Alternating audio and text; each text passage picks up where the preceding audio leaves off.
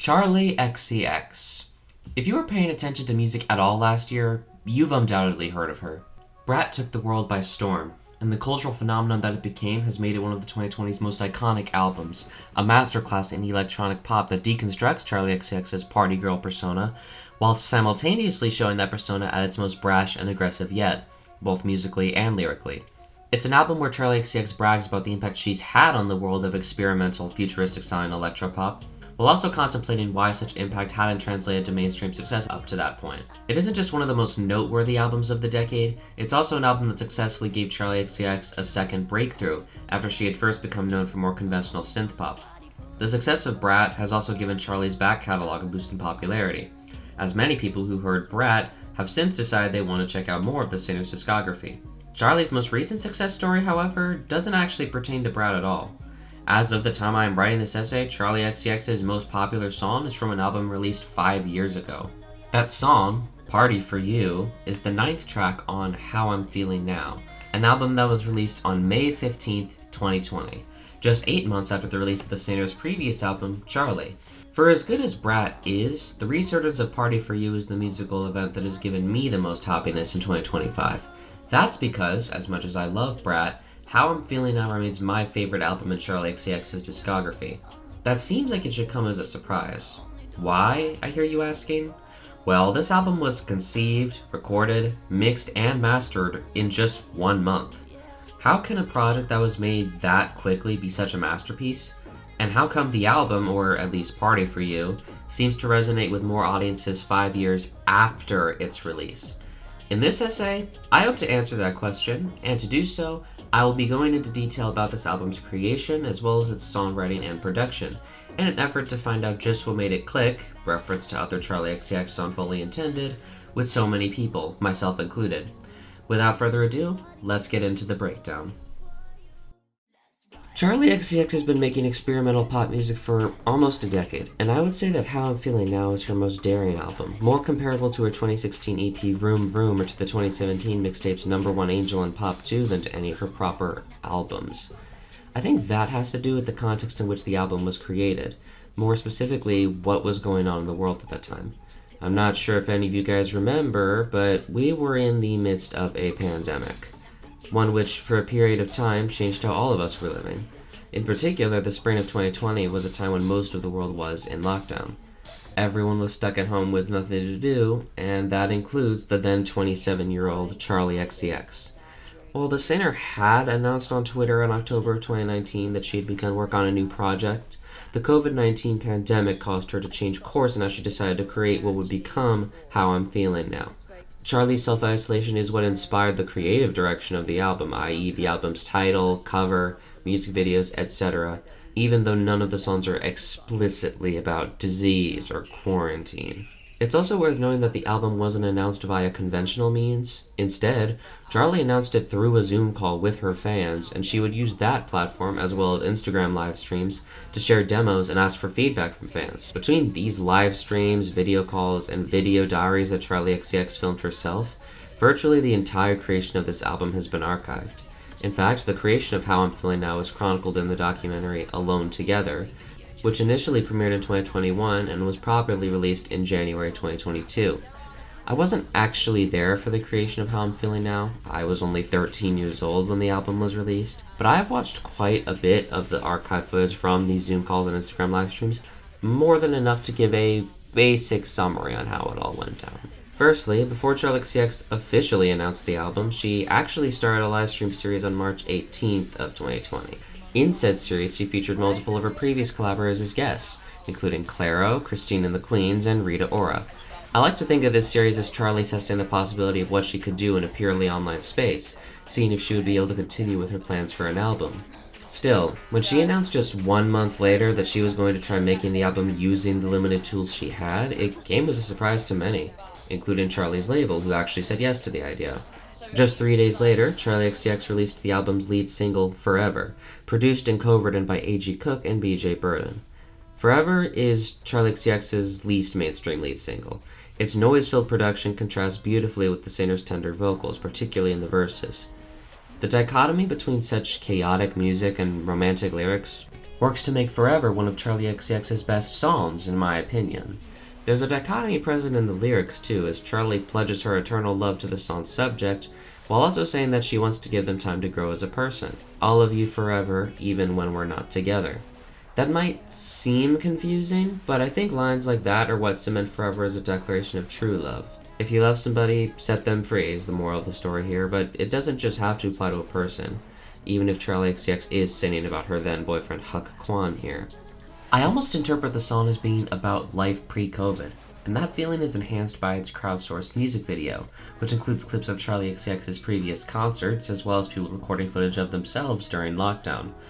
The way I see it, the song is for everyone. Charli may have written it about her boyfriend, but she's singing to us, the fans. Speaking of the fans, a big part of what made the How I'm Feeling Now era so special is just how much Charli XCX's fan base, also known as the Angels, were involved in the creation of the album. Through Zoom calls and Instagram live streams, Charli showed her fans demos, asked fans to choose which songs should be released as singles, and even let her fans choose which photos would be used as the basis for each single's artwork. She even asked her fans to submit artwork for the singles, and released stems for multiple of the album's tracks.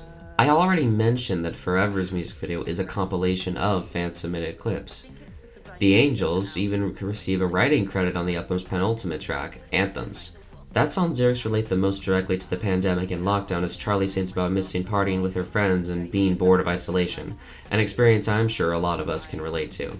On April 22nd, Charli XCX streamed on Instagram for about half an hour, and in this live stream she showed off the finished first verse and a scratch vocal with the melody of the second verse, which she also decided to change on stream. The people watching the live stream offered their feedback on lyric ideas proposed by Charli, while some even offered their own lyric ideas, with a few fan-written lines making it into the final song. For an artist of Charli XCX's stature, even if she wasn't as popular in 2020 as she is now, to be so open about her creative process is almost unheard of. She had never done something like this before, and she hasn't done anything like it since, seeing as she's gone back to the conventional pop star formula of making an album in secret and keeping it a secret until she's ready for it to be put out into the world. The creation of How I'm Feeling Now was a much more intimate process, and that's reflected in its music and lyrics, even on such a brash party song as Anthems. My friend Mannequin, a fellow Charli X fan and fellow musician, described the music video for the album's second single, Claws, as being a perfect complement to the album. Rough intentionally, but raw and unfiltered emotionally. In my opinion, that's also a perfect way of describing the entirety of How I'm Feeling Now. Don't get me wrong, Charli XCX has made plenty of emotional songs, but the songs on How I'm Feeling Now feel much more, as Mannequin said, raw and unfiltered, than any of Charli's work predating the album, even when disregarding just how open she made the creative process. The party songs on the album, such as the aforementioned Anthems, the Click sampling C 2.0, album opener Pink Diamond, and album closer Visions, are to some extent about how Charli XCX is unable to party like she could before the pandemic, while the more emotional songs, such as 7 Years, Enemy, I Finally Understand, and especially Detonate, have lyrics that make it sound like Charli XCX is venting into the microphone, hence the album's title. The album's music is just as rough and just as raw, even more than on the two mixtapes I compared it to, Number 1 Angel and Pop 2. Actually, one of the songs on the album was initially intended for the latter mixtape, and that's the song that has become such a viral hit this year. A demo of Party For You was recorded in May of 2017, and it was debuted live that same month during Charli XCX's set with producer A.G. Cook at the Nylon Japan 13th anniversary party. It would then be played at after parties when Charli XCX toured for Pop 2 in 2018, becoming a fan favorite. The version of the track on How I'm Feeling Now includes a new verse, and actually samples Charli's performance at the Brixton Academy in 2019. Said crowd noise makes for one of the album's most emotional moments, simply because at the time the song was released, it was uncertain whether or not we would ever be able to go to concerts again, or if Charli XCX would even be able to perform any songs from How I'm Feeling Now, including Party For You. The singer said she wanted the version of the song on How I'm Feeling Now to simultaneously feel euphoric and melancholic, and it more than succeeds at that.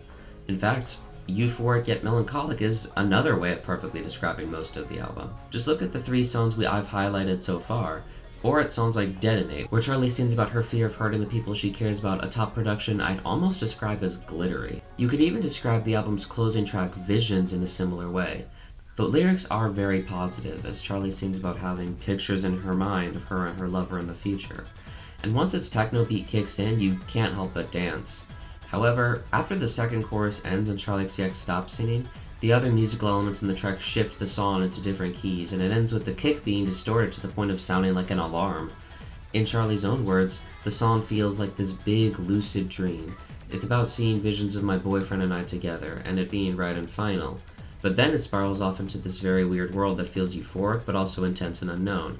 And I think that's quite a nice note to end this particular album on. The whole situation we found ourselves in is unknown. I personally don't know what I'm going to do next, but I know this final statement feels right for who I am and the direction I'm going in.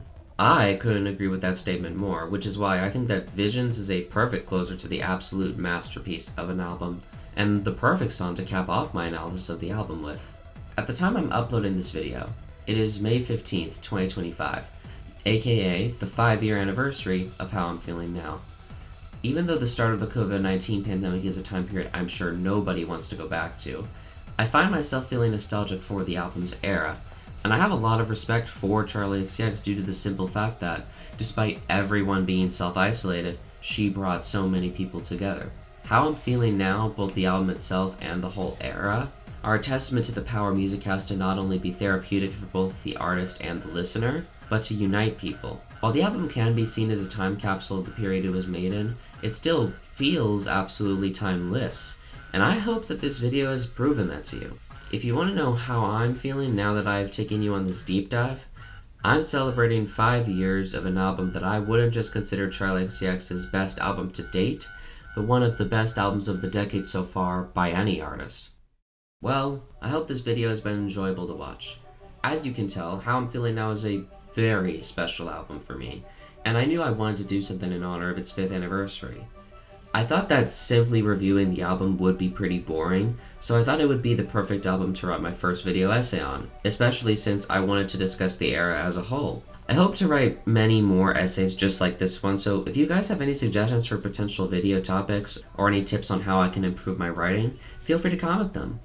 I also make music myself, including mashups, and I've just uploaded a mashup of Party For You with the Chemical Brothers' One Too Many Mornings on my SoundCloud and on my Remixes and Mashups YouTube channel in honor of both the 5th anniversary of How I'm Feeling Now and the 30th anniversary of the Chemical Brothers' debut album Exit Planet Dust later this year. Additionally, a text-based version of this video will have also been uploaded to my Substack, so please check that out as well. Also, since I mentioned him earlier, I'll ask you guys to check out my friend Mannequin.